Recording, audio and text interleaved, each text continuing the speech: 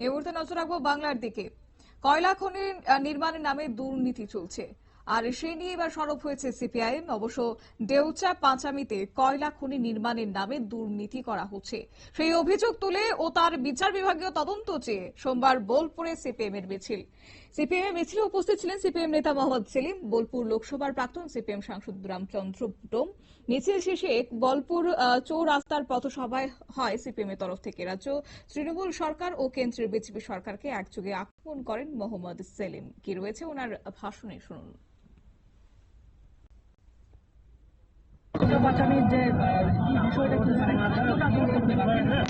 দেউচা পাঁচামি একটা বড় স্ক্যাম, খনি নয়। মমতা ব্যানার্জির সরকার কৃষি ভাইপো মিলে জালিয়াতি করছে, যেটা লটারি নিয়ে করেছে, যেটা কয়লা পাচার, যেটা গরু পাচার, যেটা বালি পাচার, যেটা নকল ডিসিআর, যেরকম দুর্নীতি, শিক্ষক নিয়োগের দুর্নীতি, সেই রকমই একটা বড় ধরনের দুর্নীতি।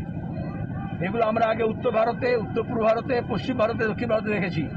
আমাদের রাজ্যে এরকম ছিল না এই জালিয়াতির কারবার। শেল কোম্পানি করে পাথর ব্যাসাল্ট অপসারণের নাম করে এমন একটা কোম্পানিকে টেন্ডার দেওয়া হয়েছে, যারা টেন্ডার যে সরকারের যে ডব্লিউপিডিসিএল এর যে শর্ত সেটাকে ভেঙে কাজ শুরুর আগেই কোম্পানি মালিকানা হস্তান্তর করেছে। দুর্নীতির প্রথম কথা হচ্ছে যে টেন্ডারের শর্ত ছিল যে মালিকানা পাল্টানো যাবে না, আর এই মালিকানা পাল্টাতে গিয়ে অভিষেকের শেল কোম্পানিকে 150 কোটি টাকা দিয়েছে স্টাডি কেমিক্যালসকে। এগুলো শেল কোম্পানি, এমন কোম্পানিকে 150 কোটি টাকা দিয়েছে যার গত বছর কোনো কাজ কারবারই নেই, যার কোনো রেভিনিউ নেই, যার আসল আদালত কোনো অফিস আছে কিনা কেউ জানে না। সেই কোম্পানির নাম কেউ শোনেনি, তাকে 150 কোটি টাকা দিল কেন? তাহলে লিপস অ্যান্ড বাউন্স কোম্পানি ক্যামাক্সিটে খুলে যেমন প্রত্যেকটা টেন্ডারে যে রাস্তা ধসে পড়ছে, ব্রিজ ভেঙে পড়ছে, দুর্নীতি হচ্ছে, গোটা রাজ্যের সমস্ত টেন্ডার যেরকম ক্যামাক্সিটে কাটমানি দিয়ে অভিষেকের কোম্পানিকে নজরানা দিয়ে তবে পায়।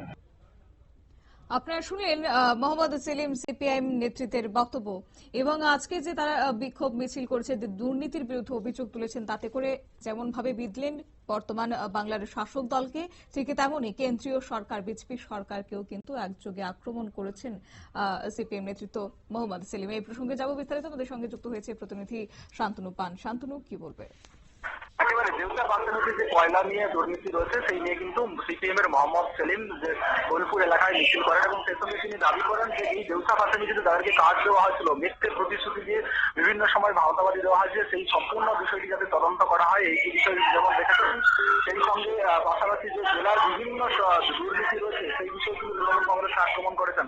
দীর্ঘদিন পর সিপিএম যে তার নিজস্ব পুরাতন জমি ফিরে পেতে চাইছে, তাই জন্য কিন্তু 26-এর আগে একেবারে মাঠে নেমে যেতে চাইছেন। বিভিন্ন সময় আমরা দেখেছি দীক্ষিতা ধর, মোহাম্মদ সেলিম থেকে শুরু করে তারা কিন্তু গড়ে উঠেছেন। অর্থাৎ 2026-এর যে নির্বাচন রয়েছে সেই নির্বাচনকে সামনে রেখে কিন্তু ইতিমধ্যে প্রত্যেকটি রাজনৈতিক দল তারা যেমন প্রস্তুতি শুরু করে দিয়েছেন, সেই সঙ্গে সিপিএমও তারা নিয়েছেন। কারণ দেউচা পাঁচামিতে যে কয়লা প্রকল্প রয়েছে তার মধ্যে বিভিন্ন সময় মানুষকে প্রতিশ্রুতি দেওয়া হয়েছিল যে তাদেরকে সেখানে কাজ দেওয়া হবে। শুধু কাজ নয়, কাজের পাশাপাশি কিন্তু তাদেরকে যে শ্রমিকদের যে নিয়ম অনুযায়ী যে পিএফ থেকে শুরু করে বেতন কাঠামো থাকে সেখানেও কিন্তু ভাওতাবাজি করা হয়েছে। অতএব কর্মী সমর্থকদের সঙ্গে নিয়ে একেবারে শ্রমিকদের যে দাবি দাবা রয়েছে, কারণ আমরা বিগত দিনে দেখেছি সিপিএম যখন তারা রাজনীতি করেছিল তারা শ্রমিক কৃষকদেরকে সঙ্গে নিয়ে মূলত আন্দোলনটা করতেন। একেবারে সেই পুরানো কায়দায় একেবারে বীরভূমের যে লাল মাটি, সেই লাল মাটি থেকে লাল ঝান্ডার পুনরুদ্ধার করতে চাইছেন, এমনটাই মন্তব্য রাজনৈতিক মহলে।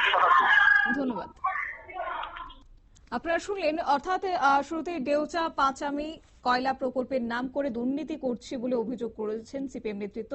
সম্পূর্ণ ভাওতাবাজি চলছে, মানুষকে মিথ্যা প্রতিশ্রুতি দেওয়া হচ্ছে, কারোর চাকরি হবে না, মাটি থেকে পাথর, ব্যাসল্ট এবং শিলা, কয়লা তুলে নিজেদের আখের গোছাবে তৃণমূল ও সঙ্গ দেবে কেন্দ্রীয় সরকার। এইভাবে আজ কোটানকোট বক্তব্য তুলে একযোগে মিছিল করেছেন এবং তারপরই পথসভায় মিলিত হয়েছেন বাংলার সিপিএম দল। নিয়ে নিচ্ছি ছোট্ট একটি বিজ্ঞাপন বিরতির সঙ্গে থাকুন।